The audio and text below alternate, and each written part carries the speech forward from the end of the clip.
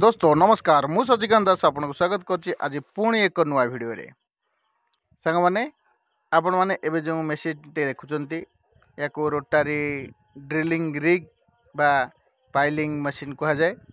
एही मशीन माध्यम रे पाइलिंग करा जाए। बोर पाइलिंग देखंतु मशीन टी केउ बळी भाव रे पाइलिंग करी गात खोली माटी बकेट रे आनी बाहर काढुची। ये बकेट काढ़ी सारा पर ऑटोमेटिक पुणी निजे लॉक करी बकेट को पुनर्बार बोर करने भीतर को बकेट देव। ध्यान देखी नियंतु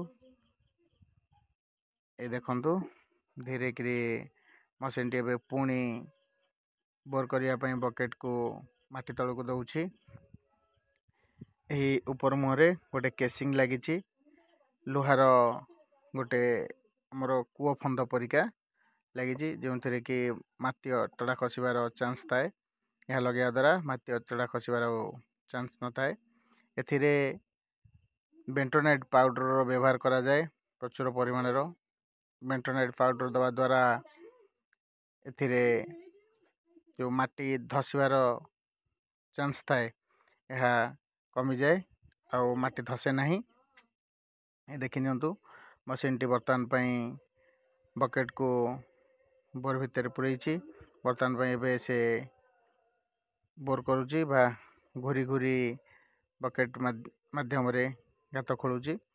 खोलिबा परे यह ऊपर को आनी से माटी काढ़ी थाए। एई प्रकार बारंबार करी बकेट रे माटी आनी बाहर पकई थाए जहा द्वारा बोर टी सुंदर भाव हो जाए थाए एवं बेंटोनाइट पाउडर दवा जोगो बोर टी धसी न थाए। यहाँ पर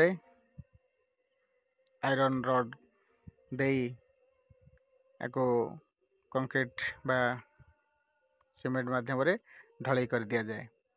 यहाँ पर ब्रिज तैयारी हबो। पाइलिंग सरिया परे एही परी सीमेंट रो खुंटी परिका रही थाए। देखि नियंतु बर्तमान पाई केसिंग लागिची। एबे एक्सकावेटर टी खोलुची।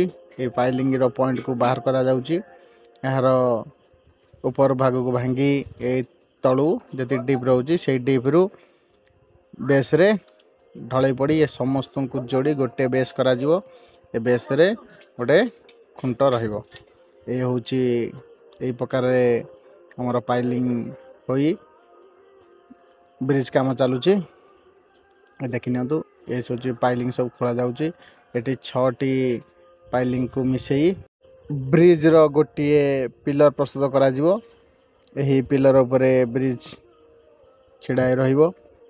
ए देखि नियंतु बर्तमान पई एक्सकावेटर को खोली 6 टी पाइलिंग बाहर कर नैची। ए 6 टी जगह पाइलिंग को मिसेई गोटे ब्रिज रो पिलर प्रस्तुत करा जिवो।